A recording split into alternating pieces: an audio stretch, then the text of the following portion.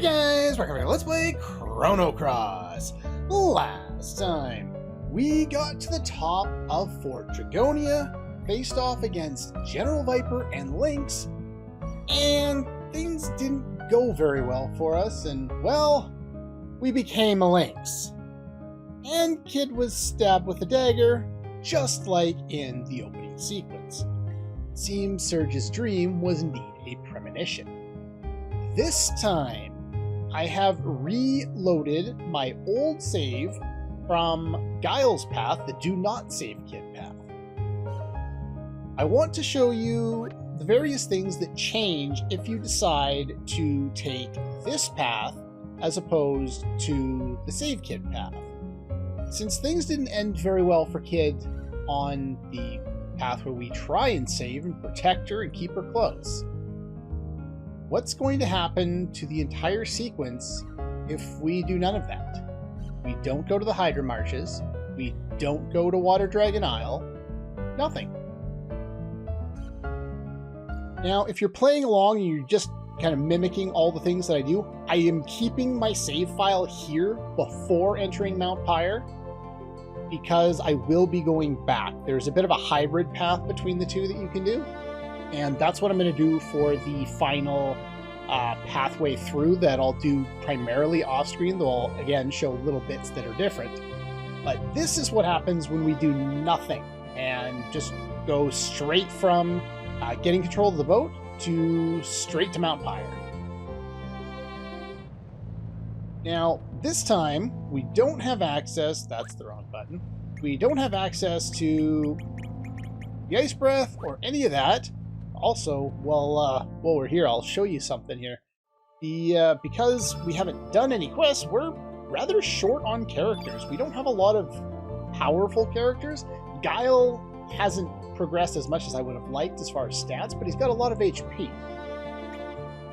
No one else has particularly good stats. Much is not bad. Glenn has some nice strength, so we'd definitely bring him along. Lena, we already showed what happens when you have the summon. We don't have the summon. She's kind of a liability, bringing a blue innate character into basically hell, a volcano. Terrible idea for a blue innate character.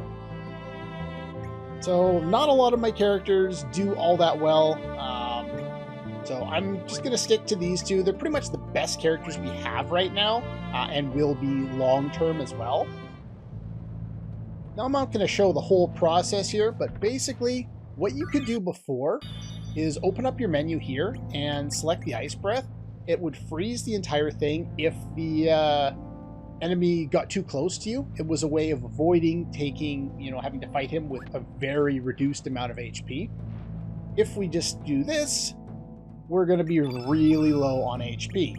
And that's going to happen a bunch throughout this area. So I'm going to do a lot of skipping of fights this time around, because I don't need to do a lot of them. I'm surprised I got past that guy, to be quite honest. I'm not going to be showing repeats of all the boss fights, but if there was kind of a different strategy that I can employ, I'll probably show that off. But for the most part, I'm going to be skipping most of the treasure and then just going straight to the end, because this won't be a final path. It's just to show the character differences. And with that being said, I will basically cut to the next time we actually do something that's different. Okay, we're back, and I told you when we initially fought the Red Dragon that I would show you a less abusive strategy for taking him down, but still a very effective one. That strategy involves using, instead of Magnify, Diminish. Because this guy is insane, can still do absolute crap tons of damage with magic. And since we don't have a way of doing a lot of damage to him all at once, we're going to take a different approach and reduce the amount of damage that he can deal instead of building up the damage that we can deal. So we're going to set up Eagle Eye right away so we can get a turn in, get Diminish going, and basically use that to reduce a lot of his damage and still allow us to do a lot of damage. Now, one other interesting aspect is the Effects of diminish and magnify only affect damage. They don't actually affect anything else. I'm going to leave you kind of set there for a moment. I do want to build up and use... what's the word? Eagle Eye again on Surge here. Okay, he's suffering from burns. This is one of the reasons why we had the Poultice caps equipped before, because this is going to lower his physical damage. We don't want this. I did not equip to protect it because I have no one who can steal them this time. So your only way around that is to either equip on level 2 ointments. You don't have level 2, but you could either do that, or you could basically do nothing and just kind of deal with it. Hopefully it doesn't target Surge, because he's going to be the biggest source of damage here.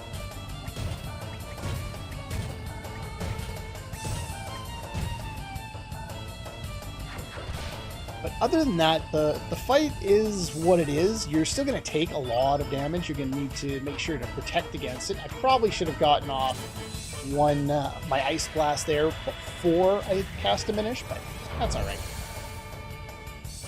Alright, so there's some buffs there for Surge. Let's get one more on him here.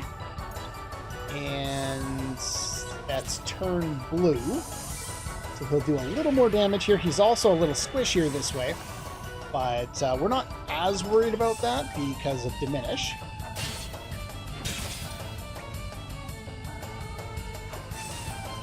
Now, the formula for damage on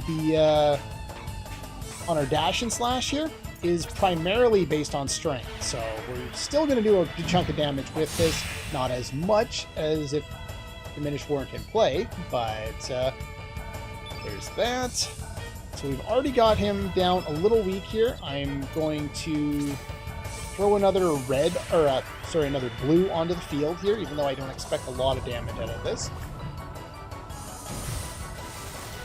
Yeah, not a whole lot when it's cut in half there. I was hoping to get more of a turn here. I think I'm going to have to heal because Glenn needs it. And now we're all out of stamina. We get a stamina refresh. All of our stamina goes back up to max. He gets his turn in, but with Diminish, we're in pretty good shape. We've already weakened him substantially here. Should be able to finish him off. There we go. So yeah, two completely opposite ways of dealing with this fight. One, to take the risky route and get huge damage totals, or take the more passive route and just basically turtle up, deal a bit of damage, and then heal when you need to. Okay, we're back again, and this scene is one of a few that turns out a little bit differently if you bring Glenn. Because, remember, Glenn is a trainee of the Acacia Dragoons. He joined up with us because I'm not really too sure why he joined up with us, to be quite honest. He seemed to want to come here because he was worried, and Miss Riddell wanted him to come here, so he came here. Still not quite sure on that, but yeah, these two, if you remember, they know each other. Why are you with these bozos?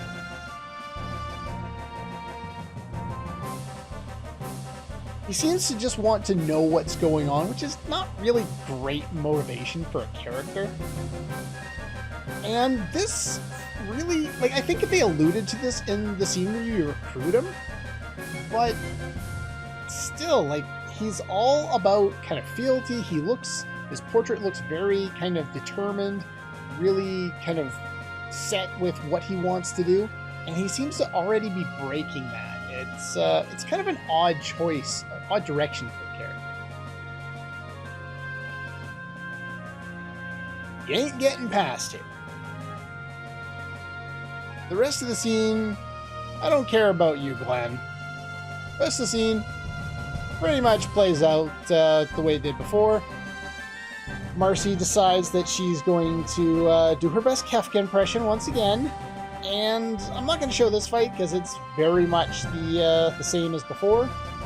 But once we get into the Fort Dragonia itself, there will be something else new right off the bat. Okay, and after the fight against the Acacia Dragoons, which goes very much the same as before, you just power up, a couple of characters, throw Eagle Eye and Strengthen on somebody, attack Karsh a couple of times, throw out Meteor Shower, and that usually finishes him off or close to it, and then just pick the rest of them apart. It's really not that bad. You might need to heal once. Now, Harley's just asked us if we want to keep going. Last time I said, yeah, let's keep going. This time, nah, let's just give up. But apparently she knows we're lying. Just don't die. Yeah, nothing else changes about that scene at all, save for the answer that you give her. Doesn't really change all that much.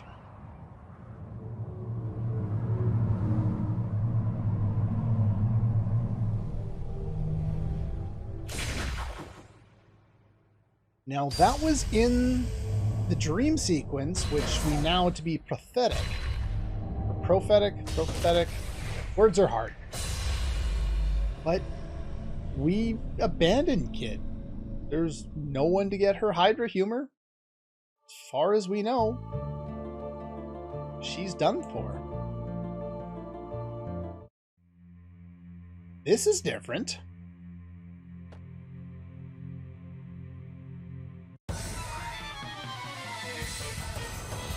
This guy is a random Dragoon.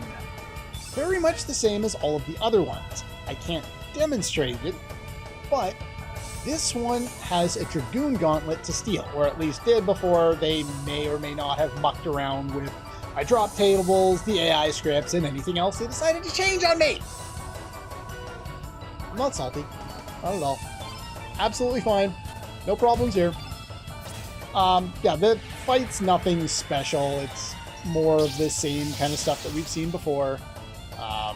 Buff up your characters, attack. As far as I know, it's very similar, if not the same fight to the other Dragoon variants that we fought here on the other path. And nothing is really all that different about it, except for the drop table, as far as I know.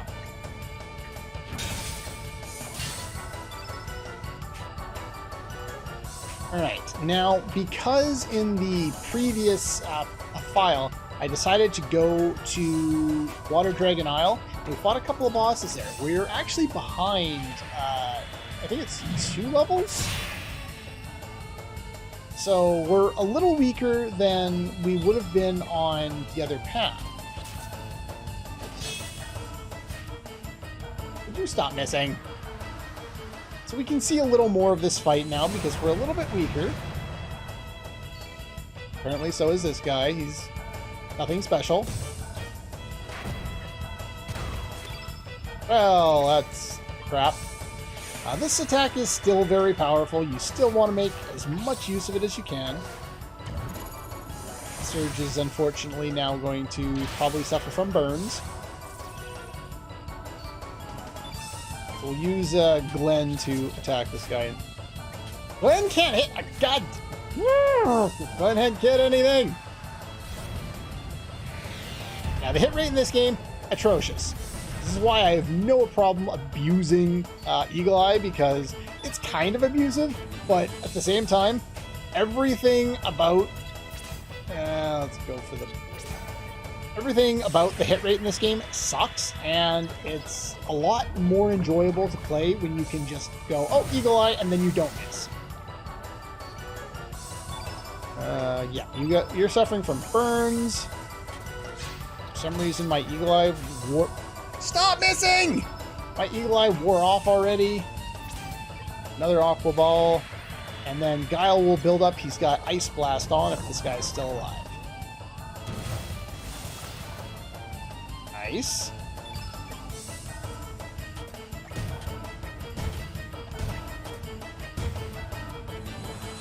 Oh, look, he's got another tech. I know almost nothing. That's actually pretty powerful. I know nothing about this guy. He interrupted my field effect, but oh well. There we go. And for defeating this random Dragoon that only shows up if you did not go to Water Dragon Isle, you get crap, strength, and the other two got strength. But here we get Frog Prince. Now, the game, as far as I know, never explains why or how this random Dragoon came here and had it, other than the game wants both paths to be balanced. So, take with that whatever you will. So yeah, return the colored crystals to the master. We still have to do the same thing as before. I will be doing almost all of this off screen. I don't think there's anything special about the boss fights in here, so I don't think I'll be showing, or at least the first two. So I will see you in a little while. I haven't planned out where exactly I will meet you, but I will meet you somewhere. Okay. As you can see, we're back in the top left room where we fought the Gloop last time. And I told you that the enemies here were, or the two rooms here, one of them containing a treasure, one containing a Dragoon fight, were random. Now, I don't know when that's determined, but as you can see here, it contains the treasure chest on this path, and on the other path, it contained a Dragoon first. So now I have to go over here, smack that, and then go over here, and this is where the Dragoon will be. Just an interesting little variance. Okay, I figured I'd show you the Gloop again. Oh, by the way, the second Dragoon that we just fought there, that one's got a lot less HP than the other one, so I guess the other one's got a bunch more HP, so their stats are different. Who knew? This guy, we saw the fight before. This time, I don't have anyone who can set a trap. Actually, I do. I have Lucia, and I have Mojo, but I didn't bring any of them into the party. Nor did I really set up much for this fight. And that's because if you're not worried about, dealing with Iceberg, this guy doesn't have a whole lot to offer. Remember, the updated strategy for the game here is that originally I had said that he casts Iceberg once he's cast a red element onto him to either deal damage or whatever after he's already in critical. Though they've changed it in this version to be more in line with what the original was. And the original's plan was to have him cast it on you as soon as you cast 3 red elements in battle in general. So the easy way of dealing with it is to just never cast all that many green elements. Sadly, this guy's got a little bit of extra defense. So we'll lower his defense, and then once I've got kind of everything all set up here, then we'll start throwing just 2 strengthens on Surge and Glenn, have them attack a couple of times, and if you think you've already got him finished, you can go for X Strike if you really want to. Now that I actually know this guy's strategy, I just wanted to demonstrate the fight one more time with that in mind so that you're not stuck with my terrible attempts at him, where I don't really show a good strategy because I was working under faulty information. Right. Oh yeah, we've got access to our level 5 text with all of these characters as well. Well, it's not all the characters, but it is most of them. Here we have Wand of Swords. Sure. We'll show this off. I wasn't planning on it, but I might as well. Oh!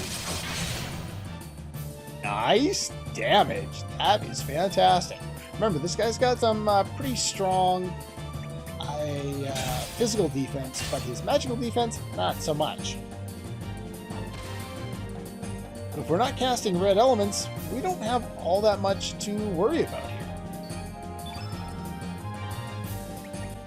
So we'll just do a few more attacks. We're not doing a whole lot of damage, but we also don't have to worry about too much either.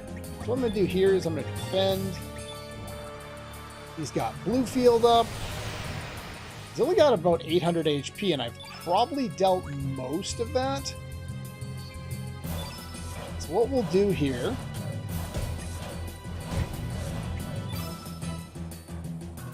is... Do I risk it yet? I think I'm going to risk it. But yeah, as long as you don't cast enough red elements, you don't have a lot to worry about. So we'll strengthen you. We've lost our Eagle Eye now. But you can see our damage has gone up substantially. Let's do a second one over on Glenn there, so Glenn can do a little more damage. But remember, no more than 2, and then you won't have anything to worry about. He can still use his Ice Lance. I'm not particularly worried about it. Of course, you interrupted my attack, so less damage, but that's fine. Alright, so he's sagging here. So now's probably the time, with 2 reds on the field, to go for the X-Strike. I've got enough HP, I should survive. But we've both got Strengthen in place. Hopefully that's enough. There you go. Okay.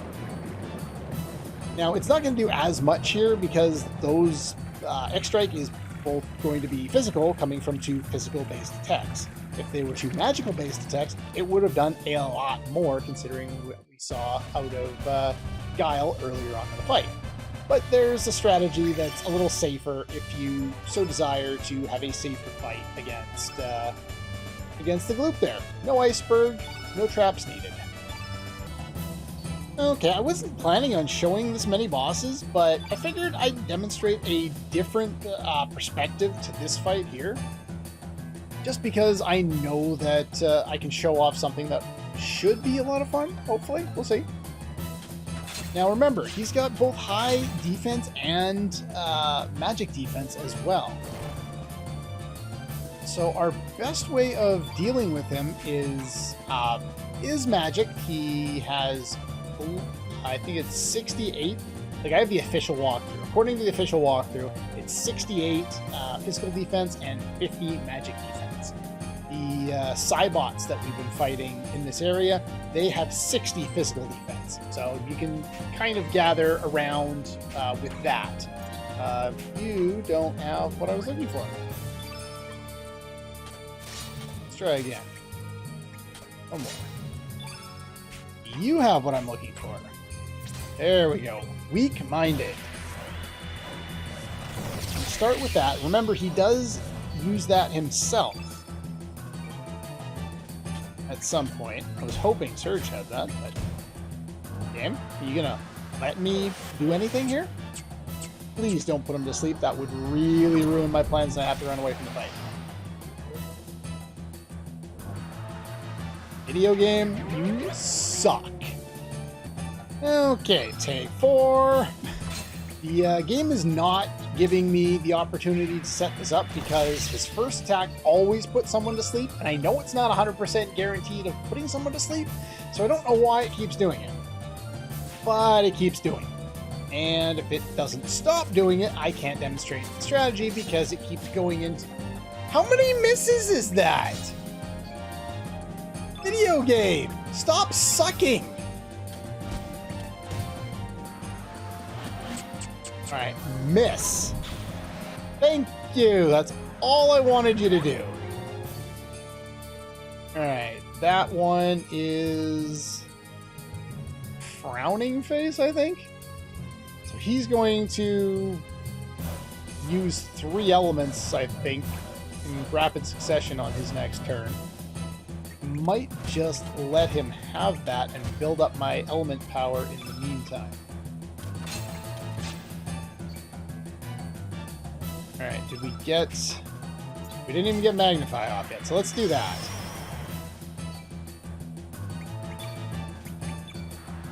Alright, now he gets... Oh, he's not going to get him in rapid succession. That's fine then. Alright, you have one... You have Imbecile, which is going to lower your magic stat there, which is fine. And then next, we're going to use Genius on Guile. And I'm going to do Chip Shot to get a little extra stamina here. It's probably Guile's weakest part is he has really low stamina recovery. As you can see, he's only got 0.8.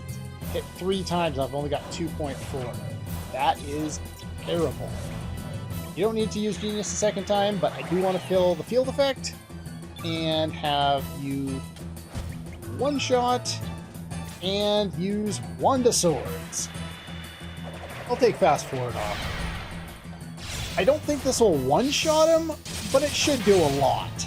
Okay, it one-shot him.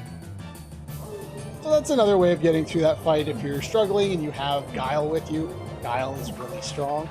We get access to a lot of those level 5 techs when we get hit level 15 in terms of our star levels. So if you've done the Water Dragon pass, that'll be the Acacia Dragoons fight. If you haven't done that path, it'll be the fight against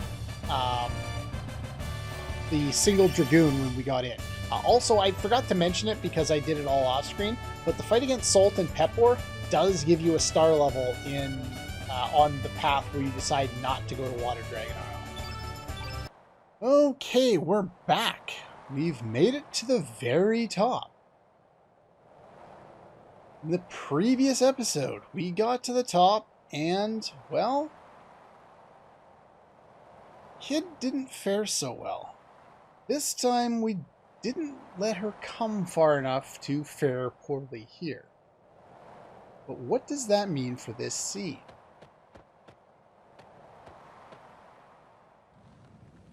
There is also some additional scenes and additional dialogue here if you have brought Glenn with you. Other than the fact that he's my best option character at this point, that's the other reason why I brought him.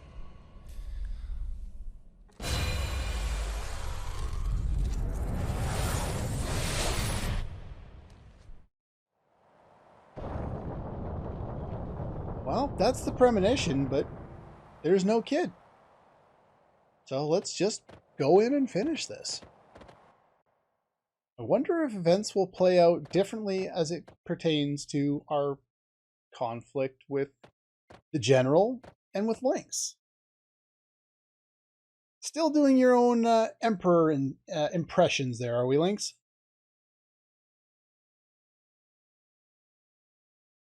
Now, with Glenn here, of course he is one of the General's Dragoons. I would expect he's probably not going to get a lot of promotions out of this. This need not concern you. One day you will understand. And for a character who comes across as somewhat devout, at least to, you know, his position as Glenn does, it seems odd that he would even like have no problem and just go straight into this fight. That's one of the biggest issues I find with this game is there's so many characters that the ones that you think should get a bunch of character development in certain scenes, they don't. And it's kind of weird that way. Now, if you have Glenn with you, he's your strongest fighter, even more so than Surge, because he's green. General is, well, yellow. That's the wrong one. Strengthen. So we're just going to set up Glenn, and Glenn can pretty much solo this. In fact, after those 2 buffs, from what I remember, I think he does.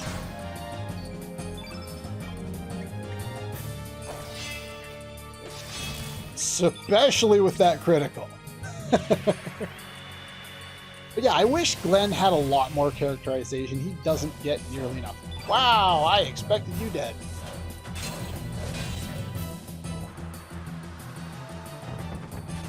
There we go. There's your tech there. Did he show that off last time? I think he did. He's still alive? Maybe I needed to cast low res on him first. Who knows? Do we have anything good? Well, yeah, just go for that. Easy enough. It's not like the fight's any different, but Glenn definitely helps.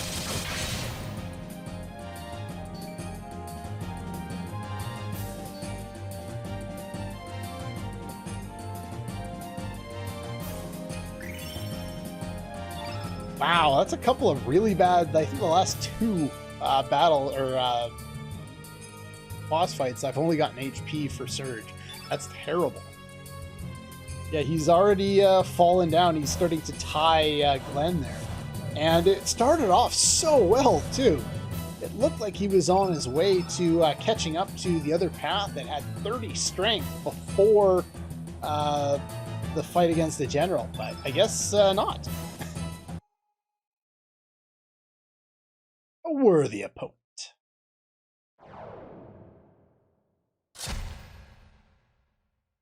Well, so far nothing seems to be changing.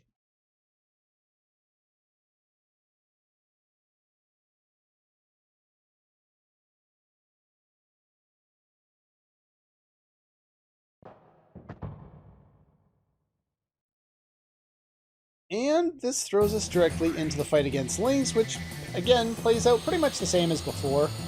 Except for this time, I don't have all those powerful elements. No Holy Light. You saw me fight the son of a gun there. So we're not going to have that option here. But our fight plays out very similar. We Eagle Eye, we strengthen, we attack. Doesn't necessarily change the fight all that much. Now, the interesting note about this fight that I wasn't able to talk about the first time around is Lynx's element supply for this fight is actually based on what you've equipped onto Surge himself. Other than Glide Hook, nothing else that he has anything else that he has will actually be used, based on my understanding, from Surge's grid. I normally kill him so fast that that never happens, but, you know, if he gets a chance to use an element of his own and not just do a couple of normal attacks, then I guess we're using you. Then they should come out of Surge's grid. It's kind of a premonition to what's about to happen. Ice Blast. I would go for the Wand of Swords, but he's also black, so it probably wouldn't do much difference from that. So here's Weaken. Now let's take a look at Surge's grid here. It has used the Weaken ability right from his grid. I didn't have that, or I never used that in this fight. You've seen the entire fight.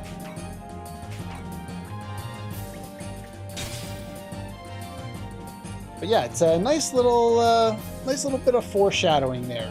Though it wouldn't make any sense, like if you're trying to think about it. And yeah, 666 G received. I appreciate that.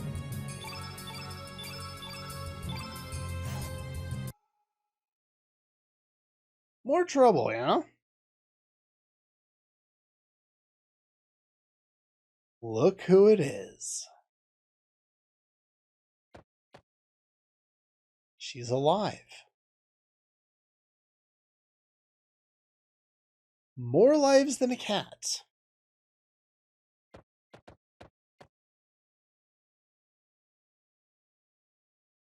He's definitely not getting away. This time, she's gone through an entirely different ordeal to get here.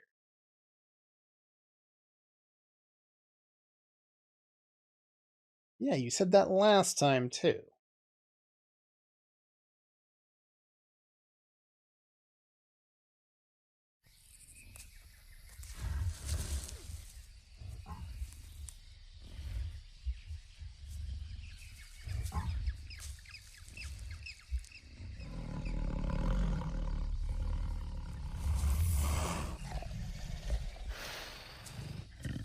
I can't talk about all the significant effects of this cutscene until later. It's just not something that I can talk about until we get to a certain point in the story. But I will definitely try and bring that back up when it makes sense to, and it should make a lot more sense then. Erasing my existence would be the same as wiping out your own.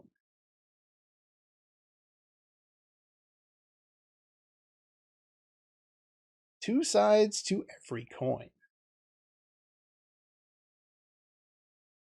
I'm skipping through the dialogue quickly because we've already seen it. You want me to go back and go a little more slowly through it, you can check out the previous video where we do that. This was just a list full of differences.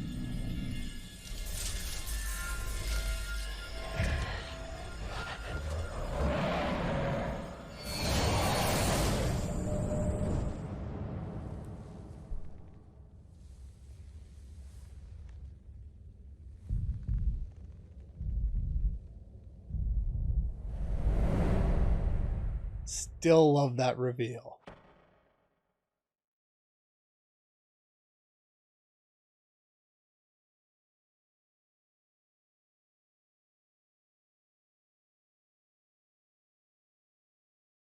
It is weird to see him actually talk, even though we know what's happened. Now here, you'll notice nothing's happening. I did this without thinking last time, but take a look at the characters. I'm going to choose to go up. You're controlling Lynx at this point. It's a small touch, but you are indeed controlling Lynx there, and that's your little hint. I probably should have opened the menu to double check, but I am going to run through this one more time in between, well, partially in between episodes. You'll see what I mean. But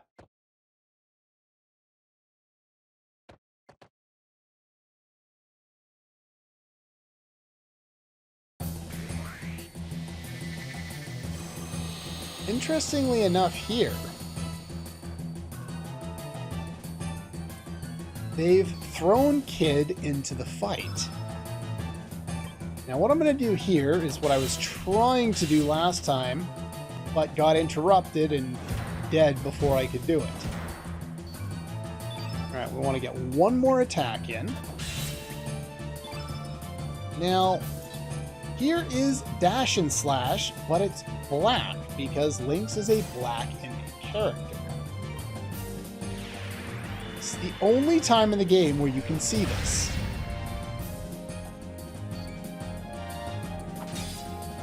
It's the only fight in the game that allows you to actually do that. Well, can I run away? Hey, I can run away. I hadn't actually tried to do that. Wonder what this does. I have a feeling it probably won't change too much. No escape. Okay, so right back into the fight. Okay, never mind. It's not like they give you a chance to heal there, so.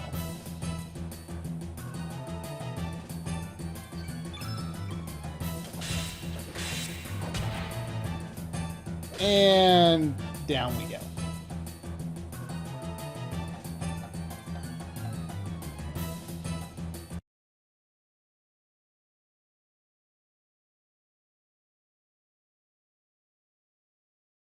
Now, as we know, she gets a few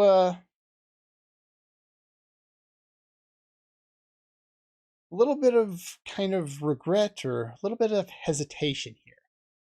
Whether it's due to Surge completely changing his personality and deciding to talk, or whether it's just because she's being egged on so much when presumably before she wasn't. And then, of course, the reveal of Luca's name, that changes a whole bunch of things because Surge never knew anything about that at all.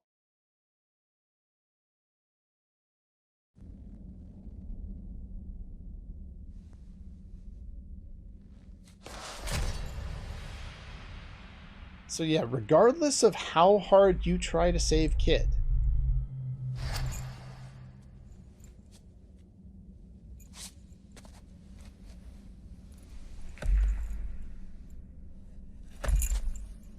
no matter what you do, you fail.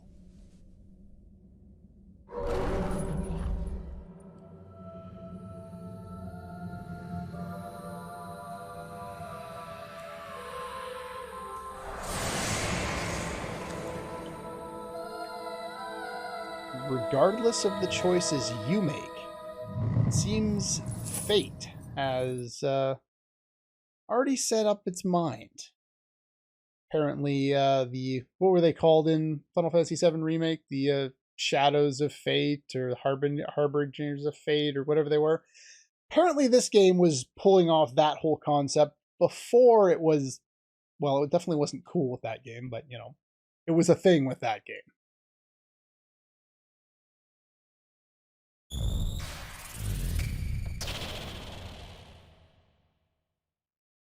You two. There's an extra bit of a cutscene here if you have two characters, because he has to fire off 2 blasts instead of 1. And I'm going to put it up on screen. One of the mods that I grabbed for this game, when I was looking at the mod list, when I was trying to get the FPS fix and some of the upscaled cutscenes, I saw this one and I was like, the hell is this? In the remake, this is what Surge's portrait looks like when he's evil.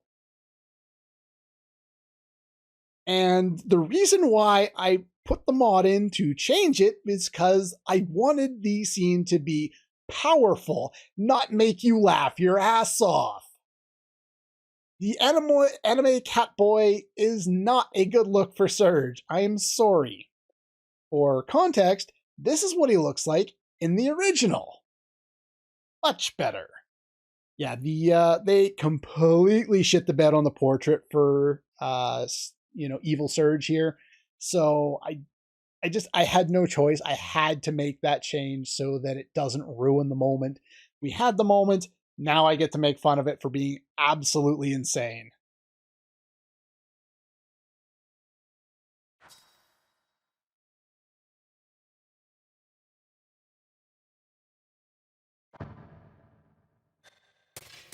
Says he'll kill her. And then he'll do it later. Enmity is growing.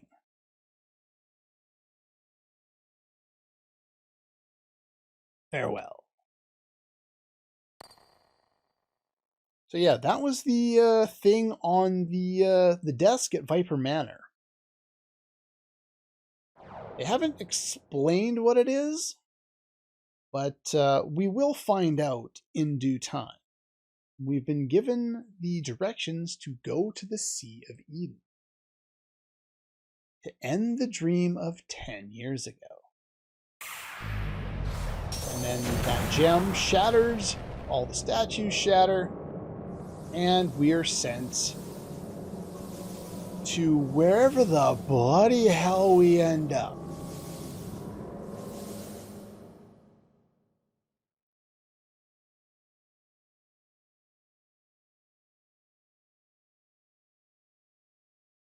With that being said, though, now that we know Kid is going to be alive, what happens if we go back and check on her before coming to Mount Pyre? What happens if we choose not to save her and then go do the events at the SS Invincible, the pirate ship, and then return to where she lay in Gulda? What happens then? That's what we're going to show at the start of the next episode. And then I'm going to load in the rest of my file, which is going to basically consist of me doing certain events on that side that we will show at the start of the episode, and then going through pretty much everything that I went through on the Save Kid path, and then ending up back here. So the next episode will have a little bit of a prelude of what has gone by on that other path there, and then we will be here and figure out what the hell it is we can do now that we're Lynx. Anyway, that's all for this one, and I'll see you guys next time.